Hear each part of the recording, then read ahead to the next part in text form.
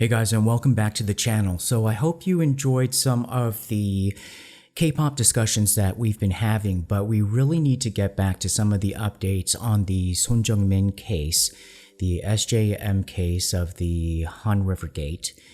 And there had been some blog posts that SJM's father had made over the Chuseok holidays especially, and when I had looked at them, it had seemed like it was just a file of audio recordings of transcripts that we had already seen about their first meeting with the family of Mr. A after what had happened. So I thought it was just sort of a rehashing of what had already been put into the public sphere. But no. I wanted to keep it light over the holidays, so I didn't take a close look at it, but then after taking a close look at it, he has given us the unanswered answers to our unanswered questions. And whoa.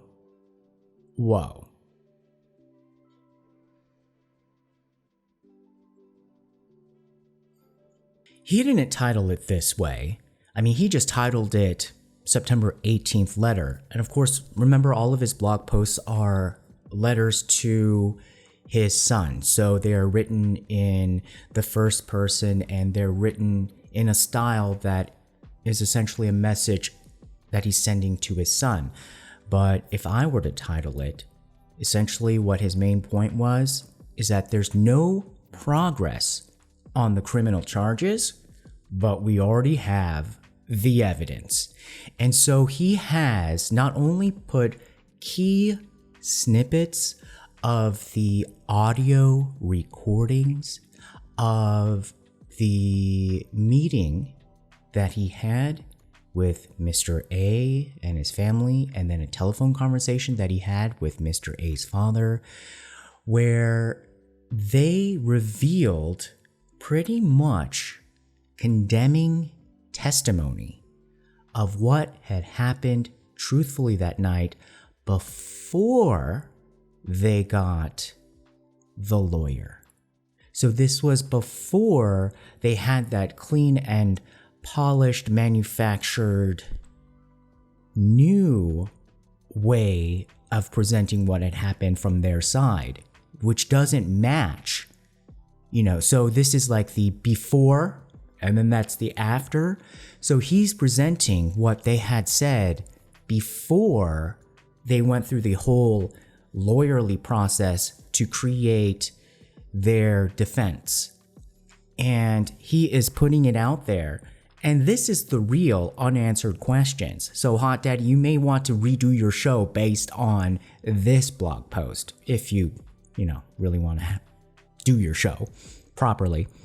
So I translated the letter. It's very long. I'm going to put the full translation, and it's my version of the translation. So there's a little bit of paraphrasing, but it's pretty much the full letter. And I'm going to put it on my website, thesoulite.com, so you can check it out there.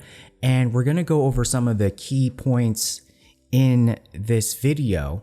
Then we're going to go over some of the key highlights in the audio recording, and I'll play the audio recordings for you. And we'll talk about some of the key insights that he made and some of the unanswered questions that we had, especially about the injuries and the autopsy. He just sort of slid that in there in between the vacation pictures. So usually he stops with his letters that are also pretty much information for us about the case when he gets to the vacation pictures. But in this blog post, he kind of did his cutesy vacation pictures, and then he like spilled more tea in between some of the vacation pictures, and this was like some big tea. So if you weren't paying attention and you just stopped at the vacation pictures, you would have missed this big tea. So we're going to go over that. So first of all, he is writing during the Chuseok holiday, which is our Thanksgiving holiday. It's the Autumn Moon Festival, and it's also a time where you reflect on family and you visit family gravesites. So he was in a very emotional state, and he said that he can't help but cry thinking about the absence of his son. And he said that back then in May, so now he is going in a reflective mode. What did he not know back then? And what did he wish he had known? So this is like a hindsight 2020 letter. So this is definitely kind of like unanswered questions. And it has like a clarity and a very focused like position now. So this is really his assertions that we're getting now. And he says that it feels like there is a lot of wasted opportunity that he now knows because he's been able to reflect on what had happened and now sees the truth. Back then, he said, like, it was kind of a haze, and part of that haze was trusting the process, especially the police. So first, he said the biggest shock was that while they were still searching, for many days for SJM, the so-called friend, so he labels this so-called friend the suspect. That's how he refers to Mr. A. He says that it was very strange that he had went ahead and got a lawyer. And, I think in my initial videos, I was just like, well, maybe he can just get a lawyer because, if he's being questioned, that seems like rational. But he said that at the time, he thought it was a little bit strange, but he was just focused on trying to find his son, so he wasn't able to reflect on it. But soon after, so it was soon, it wasn't, long after, but then that seemed to be the first thing that started to make things click in his mind, because you can see that before he let us know in the public, you can kind of see that he was starting to work as his own investigator. And he said that was the key kind of critical clue, that it was a little strange that while we were out looking for you, he went ahead and got a lawyer.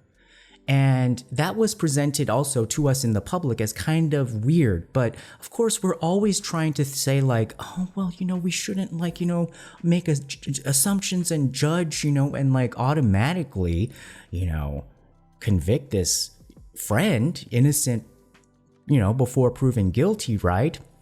Now with hindsight 2020, he says that was the first suspicious move because he wasn't helping with the search. He also focused on the key month of May. May is when he felt like he totally got screwed over.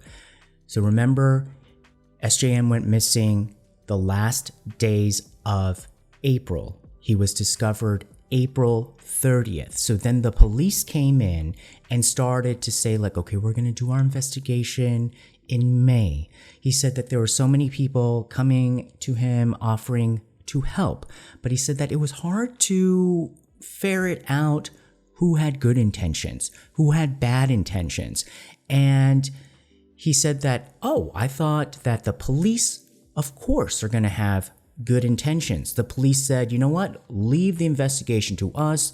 We're just going to take care of it.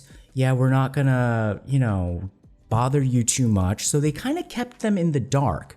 But keeping him in the dark was more of we don't want to kind of contaminate the investigation. We can't let out too many details, although they were spilling all these details left and right, concocting a story in a particular direction, but they were leaving mainly SJM's family out of the process. And that was during the month of May. At the same time, Unanswered Questions, Hot Daddy's show, came to them, and he said that I thought they would help as well. They were willing to do an investigation, a simulation, so he met with them. He also said that, of course, turned out to be a mistake, because the show just took the side of the suspect's lawyer. The lawyer turned out to be a person who was like a former police officer, and he says that he regrets that now because he said it was careless of him to think that it was good enough to put his faith solely in the hands of police in the initial weeks after your discovery. He said that with that foolish move, he let that critical time of May pass by, because right after an incident, you want to be able to get evidence, right? Because the more time that passes, the less you can get accurate evidence that can reveal the truth. But what does that say about society? That means we live in a low trust society if you say it's careless to think that you can put your full faith and trust in the police. What does that say about our society? So this is him saying through his blog, he said, then by May 27th, so May 27th was the announcement of the mid-investigation police report. He said that that was the trifecta, three-pronged attack by the police with their mid-investigation police report that was heavily biased towards Mr. A's family and Mr. A. Then the lawyer and unanswered questions also joined forces to make their public announcement. So it was like a boom, boom, boom right at the end of May to try to attack. And this is, I've seen this done so often in Korea. It's sort of like, yep, just trust us, leave it up to us, keep you in the dark. And then once everything is kind of open with the announcement, you see like, oh, they've been teaming up all this time, and then boom, they release it to the public, they convince the public a certain way, and then it's impossible to change the public's mind. And so that's what they were going after with media, lawyer statement, and police announcement. I mean, when you think about it, who can win against that? Not only that, to sink it in, to make it even guaranteed that there is no voice in the dialogue during the police investigations press conference. He said out of the blue, the police suddenly contacted them on the day, or had them come in on the day of the press conference to finally look at the CCTV footage. You know, they're like, oh yeah, you can finally come in and see the CCTV footage that you've been wanting to see. So they kind of lured them into the police station, kept them, you know, like looking at a screen while the mid-investigation police report is going on. And he said that he asked about that critical 3:31 a.m. moment where it was shown that his son most likely fell over the riverbank, and then Mr. A followed. And he said that the police were already aware of that 3:31 a.m. moment. That did not make it into the police report. That should go into a mid-investigation police report. That did not go into a mid-investigation police report. He said that is also when they found out that there were tests done on bloody spots on the rocks. That did not make it into the mid-investigation police report. Even if those things did not have a final conclusion, that should be in a mid-investigation police report. But it did not make it in there. So the fact that they were stuck in the police station in probably like a little room, like looking at a little screen, while the mid-investigation police report was going on, with all the media around there, meant that there was no way for them to comment on what the police had released. So there was no voice from SJM's family to counter the story that was going out there. So the public's mind was going to go and believe, of course, this official report by the police. So he said that this was like a setup. This was like a setup for the police to kind of put these like dubious breadcrumbs for the public to kind of like have like as an appetizer to kind of think like, oh, well, maybe there was this situation where perhaps he just walked into the water. And then 2 days later, the follow-up was the documentary Unanswered Questions that kind of showed that fake reenactment and give all of these very highly suggestive comments and even the assertion that there is no any kind of like funny business, nothing wrong whatsoever, but critically, what all of these elements do is to hide the 3:31 a.m. moment. None of that is ever on the timeline. So now what the focus is on is, why is 3:31 a.m. completely missing? And that is what we are focusing on as the key suspicious move. That deliberately throughout this whole process, that has been the objective, is to ignore that part. And through this blog post, what SJM's father is doing is he is connecting the essentially oral testimony of Mr. A and his family they are saying, literally, they are admitting that there has been a fall over the riverbank of SJM that Mr. A was also involved in, and they are matching it up with the video evidence, which is 3:31 a.m.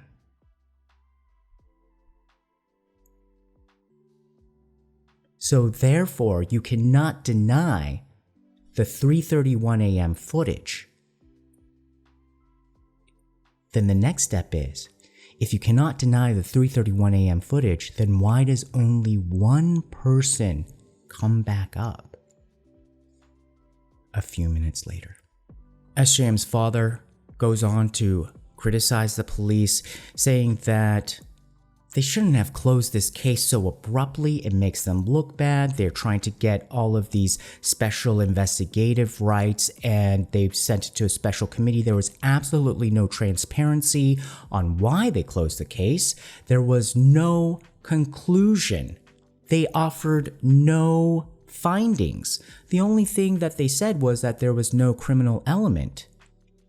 There was no explanation as to how or why his son went missing. But what was worse is that he's saying that the police has repeatedly denied requests to see CCTV footage. He's saying like, oh, we're too busy, or we can't. And more suspicious is that they are denying him access to CCTV footage after 5 a.m. 5 a.m. 5 a.m., which is when Mr. A and his family went back to the park. Remember in that CCTV footage of 5:10 a.m., they hopped over the fence and then they went back to the riverbank, ferociously went back to the riverbank to kind of search for SJM, but only over there, saying that that time period has nothing to do with his son's disappearance. Well, if that time period had nothing to do with his son's disappearance, then why did they search for his son for 5 days right in that area? Of course that has something to do with his son's disappearance.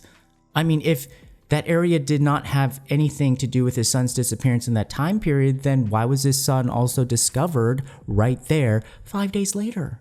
So why that is so suspicious is that right at that time may reveal more clues as to the theory of what they were cleaning up or what they were doing at 5 a.m., 5:10 a.m. to 5:30 a.m. Essentially, it also would answer the theory of, did they go and take care of SJM's positioning in the storm drain. That is the theory. And that also right away punches a hole into returning to the scene of the crime theory. So in unanswered questions, one of the profilers, one of the experts said like, oh, well, they either said like faultily like, oh, well, nobody returns to the scene of the crime. But of course, like the opposite is also true. Like they always return to the scene of the crime. In any event, somebody returned. For what purpose, we don't know. But somebody returned. He also made it clear. Now, this is the point where he is now answering some unanswered questions. There's been no progress whatsoever in the police investigation after 4 months. So after they wrapped up and said like this case was concluded, but then SJM's father filed the criminal charges against Mr. A for essentially violence, like physical violence, because there were physical bruises. No, not bruises. Physical damage to his son, and also for abandonment. The police said, oh, well, we're gonna, do some additional investigation just to respond to the criminal charges. He said there's been absolutely no movement on his criminal charges. And that sucks. And he says that there's absolutely no way to trust the police at this point. So he's absolutely given up on the police.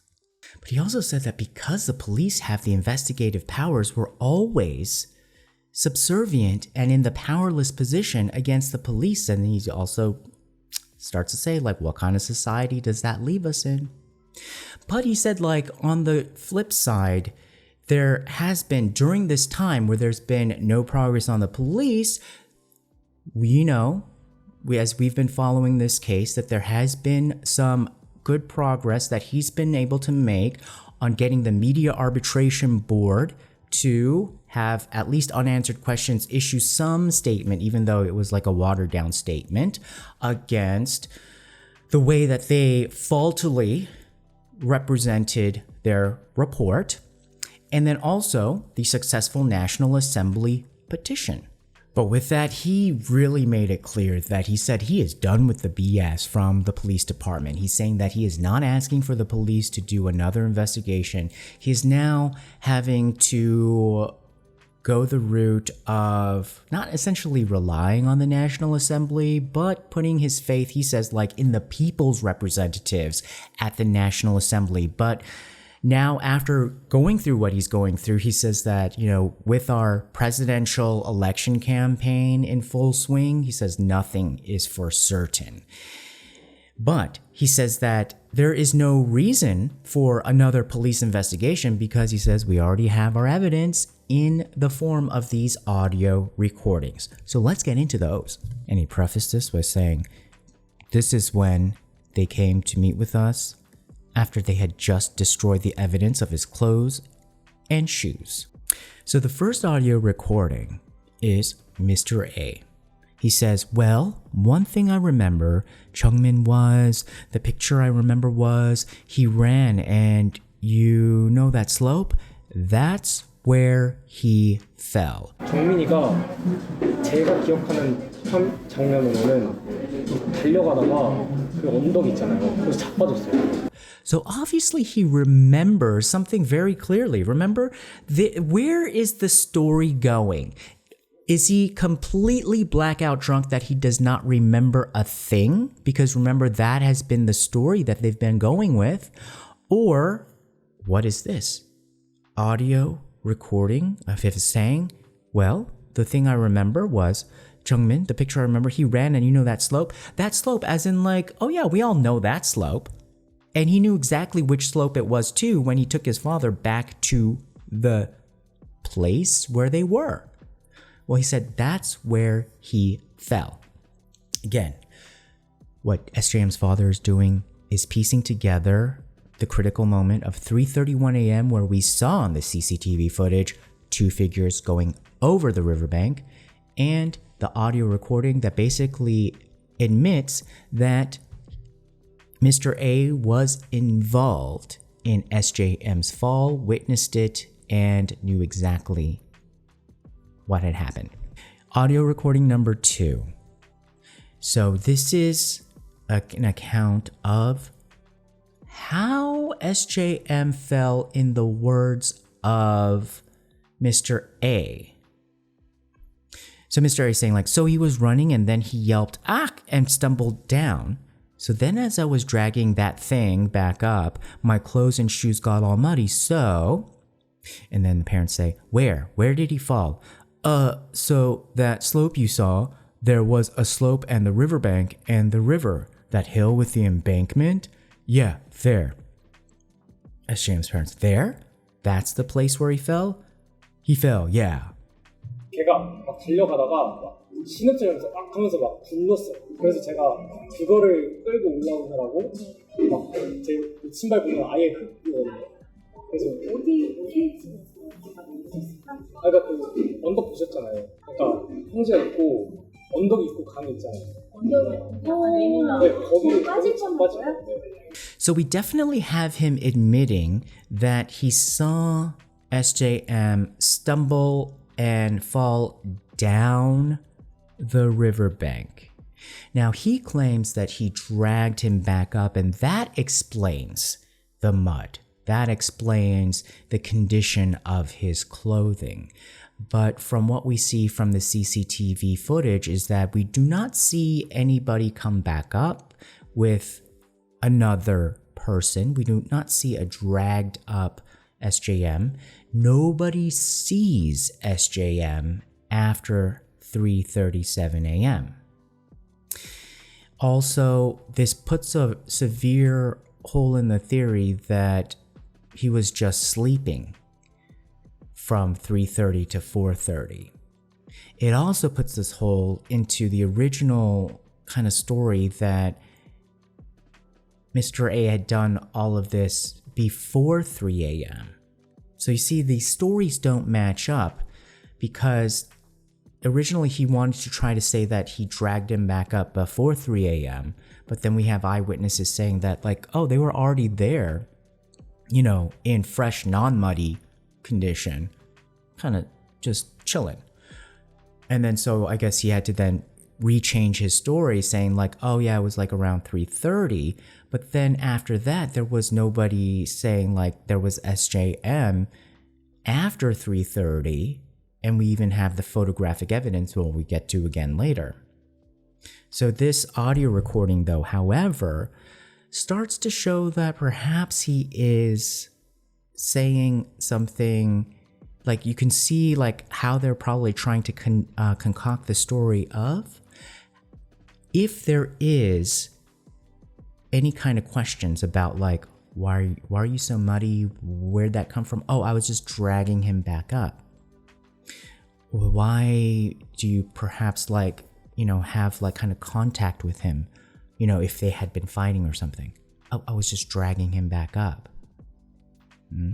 Then now the father is suspicious of the other father. So this is a phone call that had been recorded by SJM's father when he asked Mr. A's father about, why did you not tell us about the 3:37 a.m. phone call that you had with your son? You know, essentially like, why'd you hide that? That's pretty like very important evidence. That's a little shady. And Mr. Son, SJM's father, says in his blog, see how suspiciously Mr. A's father stutters as he recalls what happened. So Mr. A's father says, so when I heard he dragged him up like that after I went to the Han River later, I said, so he fell down there? But my son said he didn't really fall, but sort of was hanging there. He used the expression hanging. So then SJM's parents, so SJM was on the side of the river then? On that side? Mr. A's father, yeah, I think so. I don't think he was totally at the bottom, but just sort of slumped there.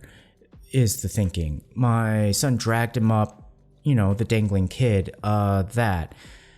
SJM's parents. That's the side of the Han River, right? There's the ground and that little valley type area. Mr. A's father, well, that. SJM's parents, that's correct. right? So it's very suspicious. 글을 올렸다는 얘기를 듣고 제가 이제 거기 한강에 가고 나서 또 나중에 보면 저 밑으로 떨어졌었어 그랬더니만 떨어지지 않았는데 걸터져 있었다는 표현을 쓰더라고요. 그럼 그 한강 쪽이 맞는 거예요? 그런 것 같아요. 그러니까 그냥 밑으로 굴른 거 같지 않아 그냥 걸터져 있었던 것 같은 생각이라는 거예요. 걸터져 있는 애를 이렇게 자기가 땡겼다. 그게 한강 쪽인 거죠? 그럼 땅에 있고 그런 거 같아요. 네. That valley type area is sort of where that storm drain is. That's the part a little bit further down. I think they're trying to pinpoint exactly where they fell. Or was it the other side? SJM's father point out he's being very suspicious with his answers because it sounds like either he doesn't know or he's really trying to go back and forth between the reality of the memory or like what his son told him and whatever like story that they need to make in order to create the best defense. So basically, SJM's father also says like, exactly where is this place is he referring to here, your so-called friend? Because the suspect never once came to show us.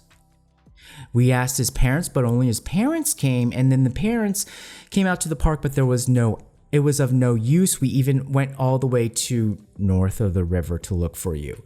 That seems really suspicious. Like, if you were Mr. A's parents and then you're like, oh, well, I don't know, maybe he went north of the river. Like you're dragging the parent further and further away from where, SJM really might be. Who's going to go all the way north of the river? We all know that like maybe the cell phone might have pinged north of the river, but why? That's very suspicious. So he says, after watching the CCTV hundreds of times, SJM's father says that, the available CCTV says that there is an intersection of where this audio testimony and that CCTV footage that he has been able to see intersects as the truth. The 3:31 a.m. moment and this account of the fall. So that's what he's trying to link up here. He's basically saying that they admitted that there's a fall. Now he's trying to put the timestamp on the fall. Timestamp being 3:31 a.m. because, well, Mr. A blacked out. He doesn't really exactly know when it was. Well, now we know. That's Mr. Son's position. We know exactly when this fall happened. We know exactly how it happened. And we know some of the results of what happened after the fall. So through this linkage of 3:31 a.m., he's saying that, well, he claimed to have dragged you back up. If that were true, then somebody should have seen you after 3:31 a.m. on the grassy knoll. Yet there were no witnesses that saw SJM on the grassy knoll at 3:31 a.m. The picture of the moon at 3:37 a.m. where we only see Mr. A talking on the phone with his backpack, standing, doesn't look like he was in any kind of sleeping or sleepy position, just talking on his phone, had no SJM there. So Mr. Son, SJM's father, makes a very smart assertion. He's saying like, well, if you claim that that's when he fell and then you had dragged him back up, but if he's not there, the only other logical conclusion is that he is still down by the river bank. That's where he is. If he's not up there, then that's where he is. If he's not up there, if he fell at 3:31 a.m. and you claimed you dragged him back up and he's not there, then he's still on the riverbank. And he says that is so suspicious that the police did not investigate that. Especially when he said, now he finally gives us the real spilled hot tea on the autopsy results. You know, like there have been a lot of you guys in the message board asking about the autopsy. Like, what did the autopsy like specifically reveal? And here goes, especially with the injuries and how it was presented, especially by the police. So he says, according to the autopsy results, behind your head, there were 2 open concussions. At first, the police just said they were like scratches. He, SJM's father, described them as open concussions. He said on the right cheek, there was internal hemorrhaging. The police just said it was like a scratch. SJM's father said it was internal hemorrhaging. And he now tells us what the cause was. He said that it was by blunt force trauma sustained while you were alive. Blunt force trauma while you were alive. That means something had happened. Some sort of either accident or violence while you were alive. Obviously, he did not have open concussions while he was at the convenience store. He did not have the open concussions while he was walking into the park. Those open concussions and that internal hemorrhaging on his cheek happened sometime that evening. And he said that they were about to, go public with this, but that part was ignored. The only part of that conclusion of that autopsy that was released by the police was saying like, well, that wasn't the main cause of his death. And I was like, what the? Not the main cause of his death? Now that was after the autopsy came out, but he said like what was so suspicious was that right after the discovery of SJM, the police had made an announcement before they did the autopsy to explain, some of the injuries on SJM's head. They said like, it was just from scratches or abrasions from his body drifting in the water and hitting upon the rocks. They released that to the media before they even did the autopsy. And I thought that was, when I read that at that point, I was just like, that is very odd. Like, how would they know? Like, there you go. The public just kind of like when you trust the police, you make up your own story in your head. That's what they're banking on. Because I thought like, maybe they have experience in this with the river and they kind of can tell, just maybe visually, that's what happens. They said, SJM's father, Good T, said that no reporter who wrote that would reveal which police officer told them that that was the case. See, they wouldn't reveal their source. And he says like probably no police officer would admit that they told a reporter that that was the case. And so that part of the story that kind of like, his head just kind of like, drifted against the rocks, like that started to disappear from the public dialogue, especially when it became very clear that that part of the river has no currents. Yeah. Like it wouldn't even like make an abrasion on a Q-tip.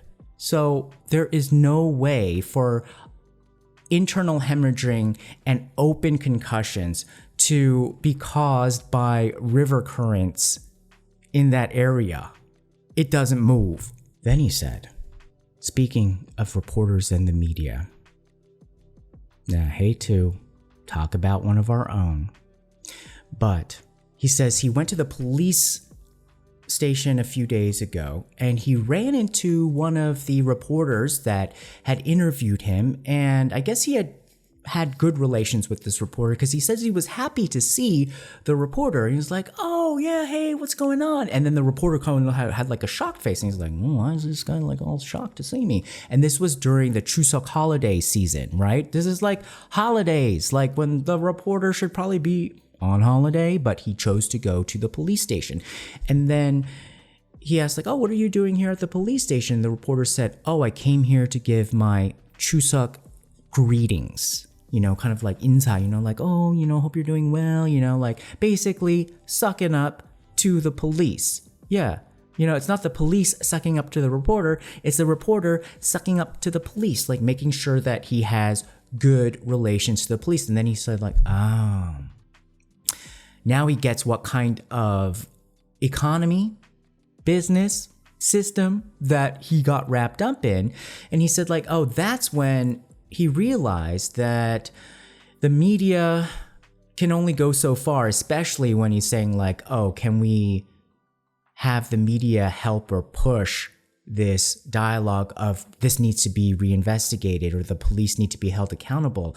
The media can only go so far because, wow, even this reporter that I got along so well with has to go and suck up to these police officers, be on a friendly, chummy relationship with them because every single day they have to interact because on other cases, the police are feeding them information to write their reports.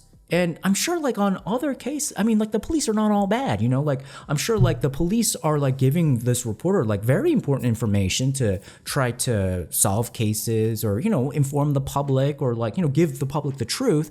So he's like, I mean, for him, this reporter to do his job, he has to be friends with the police. He can't just alienate and burn bridges with the police just for our case. So this has been kind of like a whole wake up moment for SJM's father of like, even him, even a man at his age working for a conglomerate that is not even like a Pollyanna place to work. I mean, I'm sure like he's not like, a naive guy himself. I'm sure he knows how to work the system. But even a guy like him is seeing the world in Korea in a whole new way of like, dang, this is messed up. Dang, what kind of system and country do we live in? And he's saying like, wow. So then it makes him feel, again, more isolated and like, wow, you got to just take care of yourself. Again, this is symptoms of a low trust society and where the institutions cannot protect their own citizens. And so the next step of that is not good, but that's another conversation for another time. And so he's saying that now, even though we cleared the hurdle of the National Assembly, the road ahead does not look easy whatsoever. And however, despite that, he said that he has seen hope. The fact that we have gone this far, gotten to this point, shows that there is hope. The fact that there's all these people who have cared about SJM, he said, he's talking to his son now, all these people who have cared about you and held you in your heart shows that there is hope in this world. So he is in some ways also saying that there is kind of a positive way to look at this as well. And he is grateful. He does say that there is no way to predict what could happen next. But he says he is certain about two things. One, we will see what kind of country we live in from the outcome of how this all plays out. And two, for certain he will have done everything he could in his power to try to solve what had happened to his son. He knows those two things for sure. And he said beyond his expectations, there have been so many people outpouring their love and support, and that definitely includes all of you guys on this channel who have sent your support and love and attention on this issue. And he said to his son, don't worry about us, and that he would do his best to make sure that those responsible for what had happened will be held accountable and would pay. So hopefully this will start to get the ball rolling, because this is critical evidence that does tie together that conclusion. 3:31 a.m. is when there was an admission of Mr. A being involved in SJM's fall over to the riverbank. Since there is only one person that emerged from the riverbank after 3:31 a.m., that means SJM is still on the rocks. There's also evidence of blunt force trauma sustained to SJM's body while he was still alive. This needs to be investigated.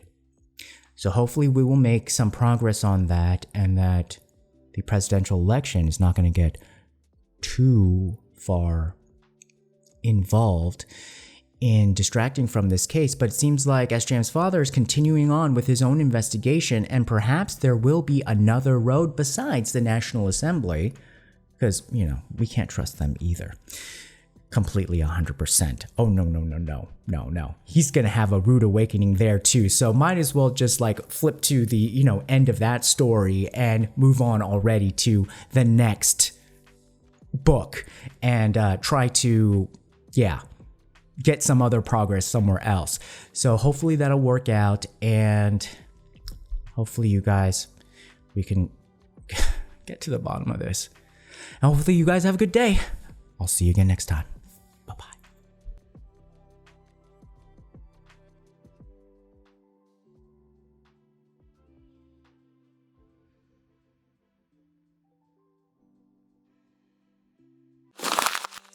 Tune in next time. Don't forget to subscribe. Find us on YouTube, Instagram, Twitter, and Facebook. Love you.